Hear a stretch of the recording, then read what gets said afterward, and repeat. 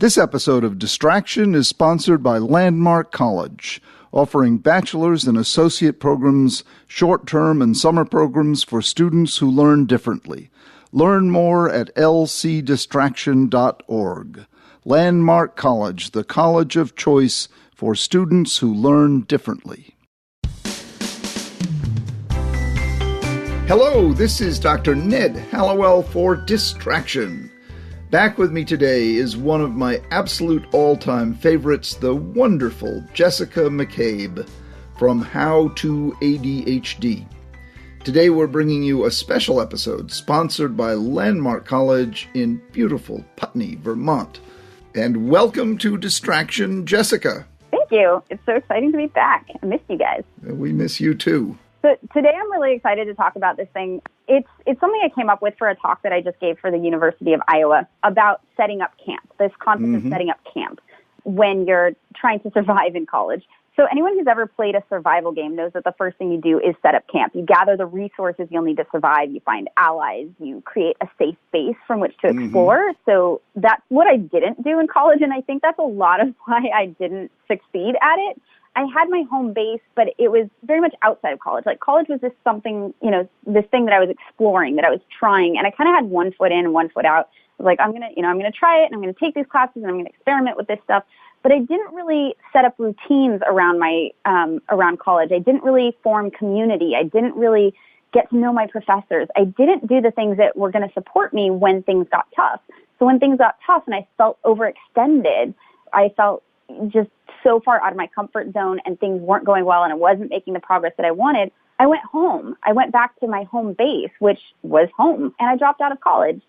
And I think that, based on a lot of the feedback that I get from my community, a lot of people were emailing me about their college experiences and what made them successful.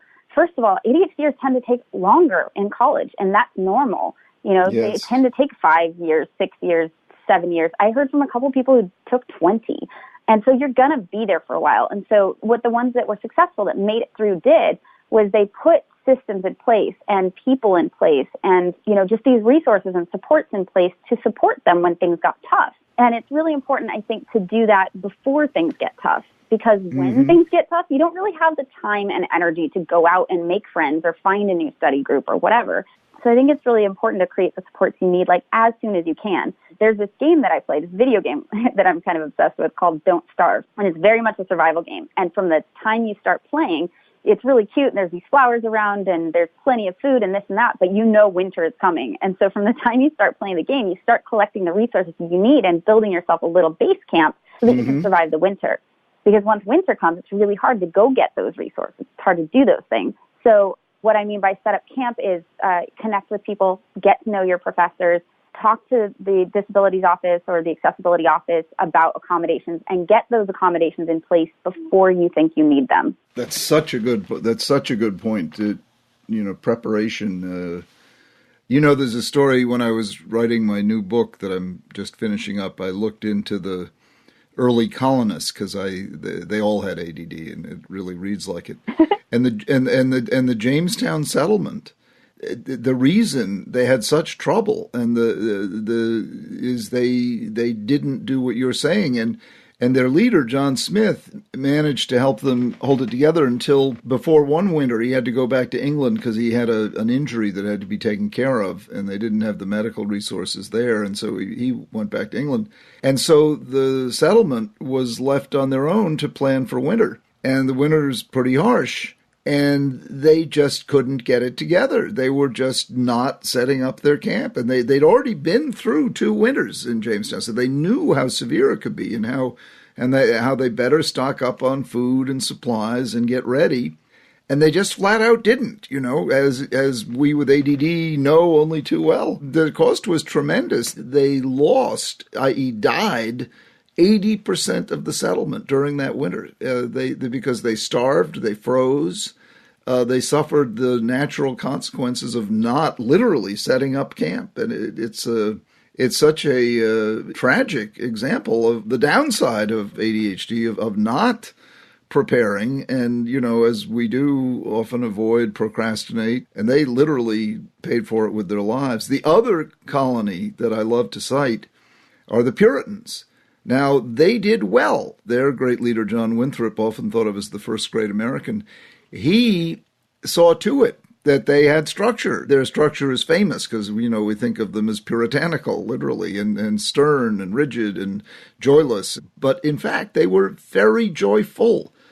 It's a myth about them. They just took structure extremely seriously. And I think they knew, without knowing, that they would be in deep trouble without it. And so while they thrived, Jamestown almost ceased to exist, all because of setting up camp or not setting up camp. That's such a great example because that's exactly what it is. We go from high school to college, and for the first time, we don't have structure. We don't have our parents breathing down our neck and making sure we're on top of things. We don't have teachers checking in.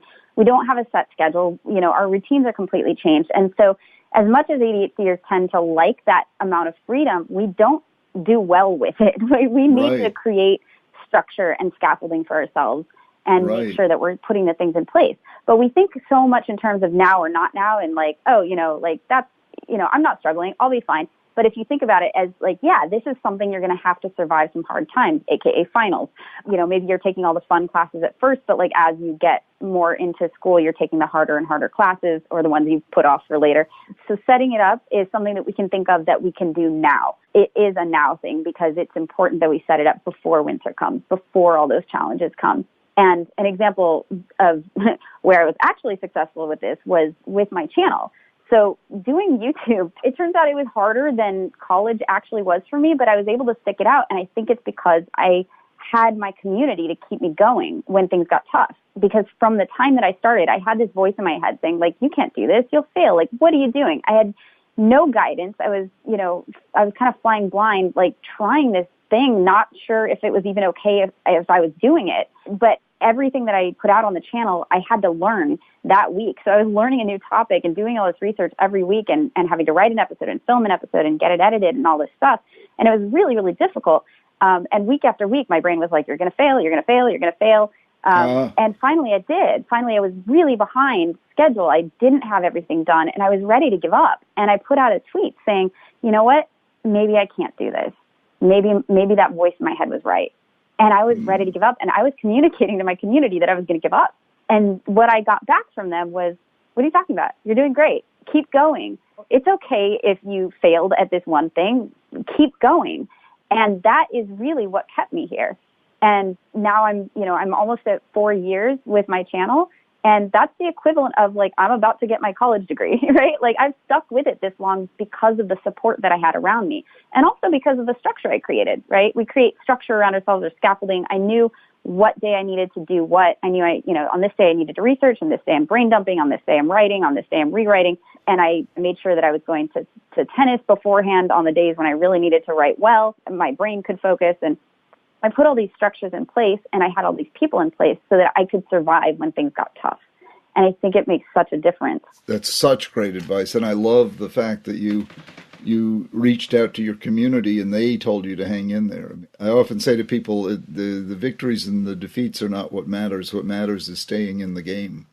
And they kept you in the game. That's wonderful. And of course, you kept yourself in the game, and then you learned the importance of setting up structure. And by the way, if you can't do it yourself, get a coach to help you do it. Right. Yeah, because I think part of setting up camp is finding the professional help you need as well. Right. Whatever is going to keep you in college, whatever is going to help you, when things get tough as you're moving toward your degree.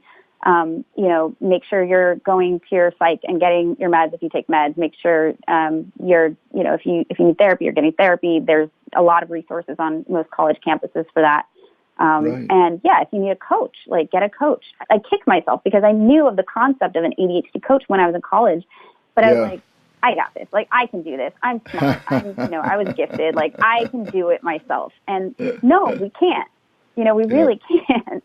That's the ADD way. We tend to be sort of pig-headed and stubborn, and somehow or other you learn to say, okay, I guess maybe I can use some help after all. Right. And even if we could theoretically struggle through and do it without any support whatsoever, why would we do that to ourselves? It makes it so much less enjoyable. We want to be able to enjoy the process. So part of setting up camp too is like, I don't know, planting flowers, like putting the things in place that are going to make you able to enjoy your college experience, because it's not supposed to be torture. No, it's some of my most wonderful moments occurred in college. Well, that's all the time we have, Jessica. My thanks to Jessica McCabe for joining me today. Oh, thank you. Be sure to watch Jessica's videos filled with tips, tricks, and insights about the ADHD brain at her website, howtoadhd.com. And they are filled with practical tips, tricks, insights, and most of all, fun. Jessica is a bundle of positive energy, and it infuses all the things she produces. So go to howtoadhd.com. And an extra special thank you to our sponsor, Landmark College in beautiful Putney, Vermont, the college of choice for students who learn differently. Learn more about how they help students with ADHD succeed in college at lcdistraction.org. That's lcdistraction.org. I'm Dr. Ned Hallowell for Distraction. Distraction is created by Sounds Great Media. The podcast is recorded and edited by the illustrious, illuminating Pat Keogh, and our producer is the captivating Sarah Guertin.